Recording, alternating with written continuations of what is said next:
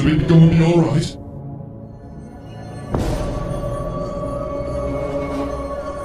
Is there something wrong?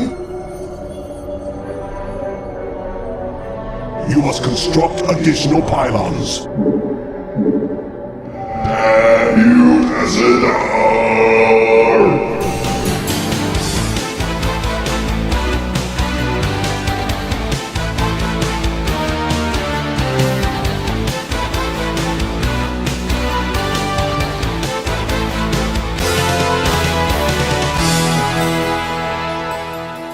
Hello everyone, friends! As promised, in this video we'll talk about the Protoss reproductive system. This is a topic that is hidden behind 7 seals. No one knows reliable information, except the Protoss themselves, Amon and perhaps Chris Madsen.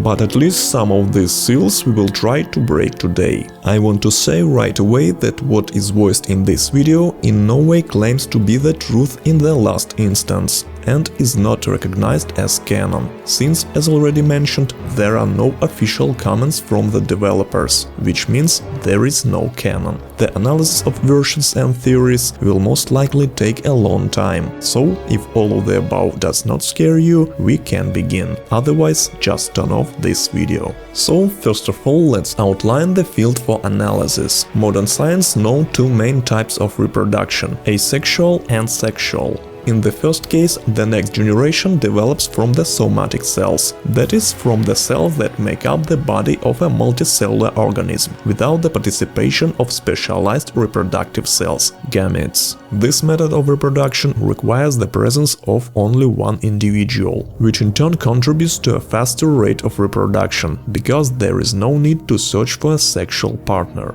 Also, this method is less energy-consuming for the body, widely distributed in unicellular organisms, bacteria, algae, amoebas. But it is also common in multicellular organisms, plants, fungi and even some animals, such as hydras, annelids. Asexual reproduction in turn is divided into subtypes: reproduction by cell division, sporogenesis and vegetative reproduction. The latter also includes budding and fragmentation of the body. Cell division, or binary fission, as you understand, is characteristic of the simplest single-celled organisms. As a rule, it is carried out by simply dividing the cell in 2. Sporogenesis involves the formation of spores in the mother's body, specialized cells with reduced metabolism, seemingly at rest and surrounded by a multi-layer membrane that provides resistance to drying out and other unfavorable conditions that cause the death of ordinary cells. In many cases, spores are formed in special formations, sporangia, from where they subsequently, upon rupture of the sporangia shell, enter the environment, where the spore germinates, turning into a vegetative dividing cell.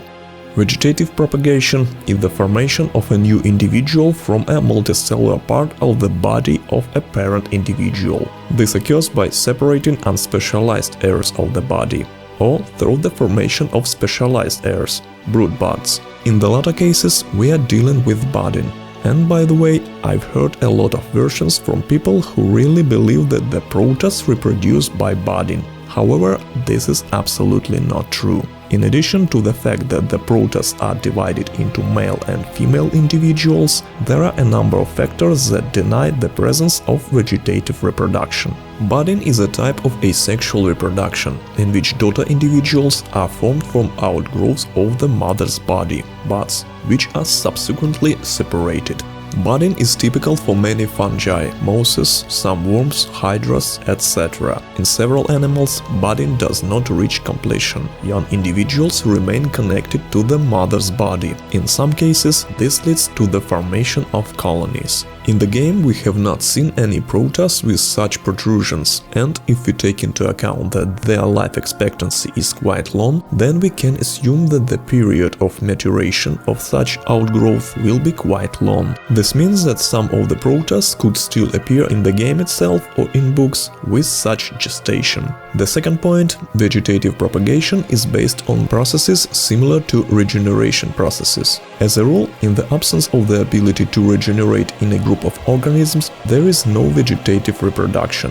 And in the presence of a developed regenerative ability, vegetative reproduction also occurs. And as we remember, the Protoss are not distinguished by outstanding regeneration, if not to say that they have none at all. They even have problems with medicine from this point of view. So, budding is out. Let's move on. Sexual reproduction. It is associated with the sexual process, that is the fusion of sex cells, as well as in the canonical case with the fact of the existence of two complementary sexual categories, male and female organisms. During sexual reproduction, gametes or sex cells are formed, which unlike somatic cells have a single set of chromosomes. The fusion of gametes produces a zygote that already has a diploid chromosome set. In this way, the hereditary characteristics of both parents are combined, and the new individual receives genetic material from the mother and father equally, and this contributes to greater genetic resistance of the organism to negative factors, since with the simple asexual reproduction, negative mutations that arouse in the parent organism will also be fixed for a long period of time in all daughter individuals, since the inherited genetic material is identical, and this could ultimately lead to the complete extinction of the species. So, even from this point of view, the Protoss at the purity of form should have initially had at least a sexual method of reproduction to ensure the longevity and stability of their species. In multicellular organisms, a distinction is made between external fertilization, when gametes use outside the body, and internal fertilization, which occurs inside the parent organism. The first can be considered using the example of fish, the second is based on the example of the same mammals. There are quite a few types of sexual reproduction, but we will consider only those that could theoretically be suitable for the Protoss. At least these are the options I saw on the official StarCraft forums. So, first, through external fertilization, like in fish. This method can be carried out only in an aquatic environment, because otherwise the sex cells can quickly dry out. These are still not spores, surrounded by a multi-layered membrane that provides cell stability. And if there was such a shell, it would greatly complicate the fertilization process itself. Protoss, as we know from our physiology course, do not have any exit holes, unlike the same fish. The function of the excretory system is performed by the skin. This means that spawning in quotation marks in this case will also be performed by the skin, in our case a female Protoss. In the future the male would have to fertilize female's eggs with his reproductive cells. And this process already looks more problematic, since the Protoss, unlike the same male fish, is unable to purposefully, please don't laugh, water the spawned eggs of the female with its seminal secretions, because it does not even have a specialized organ for this. That is, his reproductive cells will come out in the same way as those of the female, or, roughly speaking, like sweat, which can easily get lost in the water masses, and fertilization will not occur. In addition, as mentioned, Protoss are still land creatures, so it would be extremely inconvenient for them to use this particular method. I'm already silent about places and planets that are generally devoid of water. Yes, of course, you can take water with you from Aiur and keep it in special tanks for this, but then they would have to organize quite large pools on ships, which, by the way, we have never seen in games or books. Although there is one art, and it seems to be from the unreleased game StarCraft Ghost. People on the forums note that here the Protoss supposedly fertilize eggs underwater. How? It's not entirely clear, but we see some kind of psi perturbation. It is also questionable whether it's water or some other substance. Thirdly, we probably don't know if these are eggs. Maybe this is some kind of experimental development of a military plan, such as psionic mines. And fourthly, StarCraft Ghost was not released. We don't know its story, what events took place there, and accordingly we cannot consider such guesses as canon. Next assumption, the Protoss lay eggs like birds or reptiles. This is already a type of internal fertilization, but with external development of the fetus, that is outside the mother's body. This type of reproduction is more likely than the previous one, since insemination by rubbing the reproductive organs against each other has a greater chance of success than with external fertilization. But Protoss, as we know, don't have holes. There is simply nowhere to lay these eggs. In all kinds of art we saw that neither female nor male individuals have pronounced genital organs. Yes, it is possible, of course, that this is censorship. It is also possible that, like in many animals, they are simply hidden behind skin folds, like for example the same hemipenises in male snakes, which protrude from the cloaca when excited. But there is one nuance that still rejects the theory of oviparity, but very strongly reinforces the other one. In the game StarCraft II Heart of the Swarm we meet a representative of the Protoss, Lasara, who was captured by the Zerg and held captive on Mistress Kerrigan's Leviathan. So, if you look closely, her navel is clearly visible, and this indicates the indisputable fact of the live birth. Only placental mammals have an umbilical cord and a scar in the form of a navel that remains after its detachment. That is, according to this version, the Protoss reproduce sexually and carry out live birth, exactly the same as humans. If you look closely at Protoss females, you can see that their body structure is different from males in much the same way that our women are different from men. That is, the chest and shoulders are narrower and the hips and pelvic bones, on the contrary, are wider. This structure in human women is precisely due to viviparity, so that the child can move unhindered through the birth canal. You can also add one more fact here that excites the sick imagination of fans. But here I agree, this was more likely a mistake by Blizzard artists and designers than a reliable fact, because it looks extremely absurd. We are talking about nipples. Yes, the nipples that we could see on Zeratul. Why would a race that doesn't eat organic food at all, that has no mouth, need nipples? That's a good question. They're not actually nipples, they're birthmarks, and they're unique to Zeratul.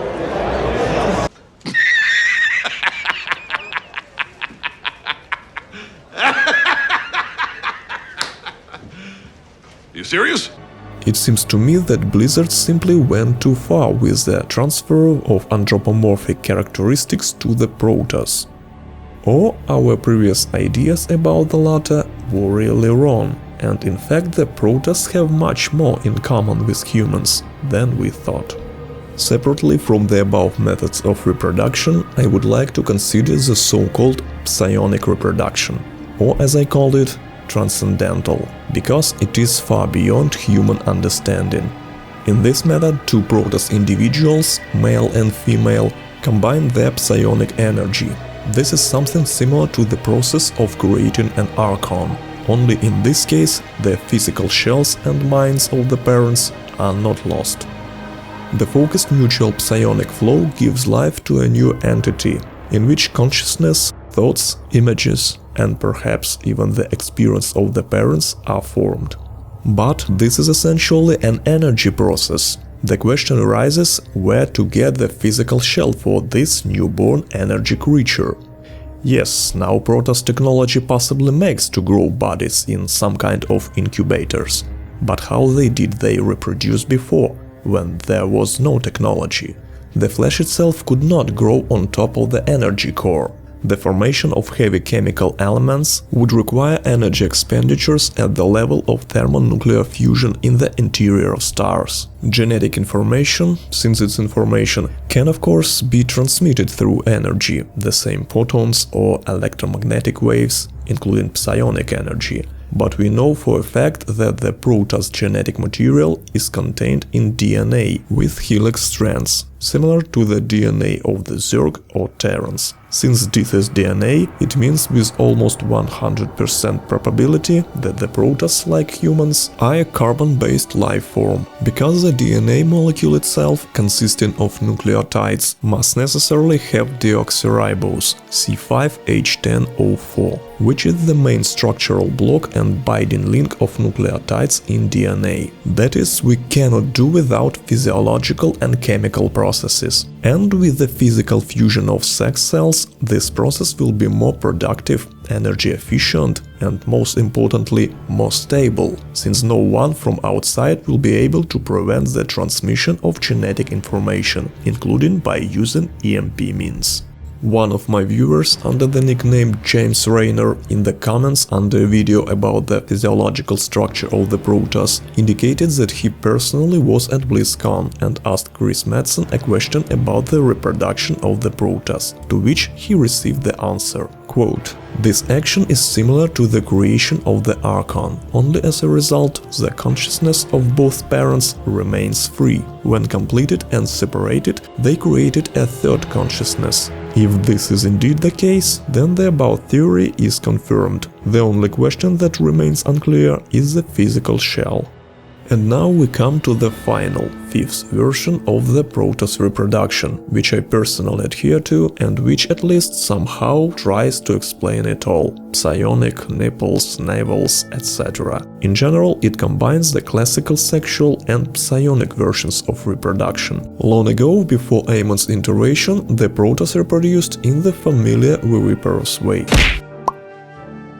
Perhaps at that time they even had mouth and ate organic food. This is indirectly indicated by the structure of the Protoss skull, which has a fairly developed and wide cheekbone. In turn, in addition to the function of holding the eyes in place, it also forms a closed kinematic chain with other facial bones and muscles, especially those necessary for eating, by stabilizing the pressure force of the upper jaw.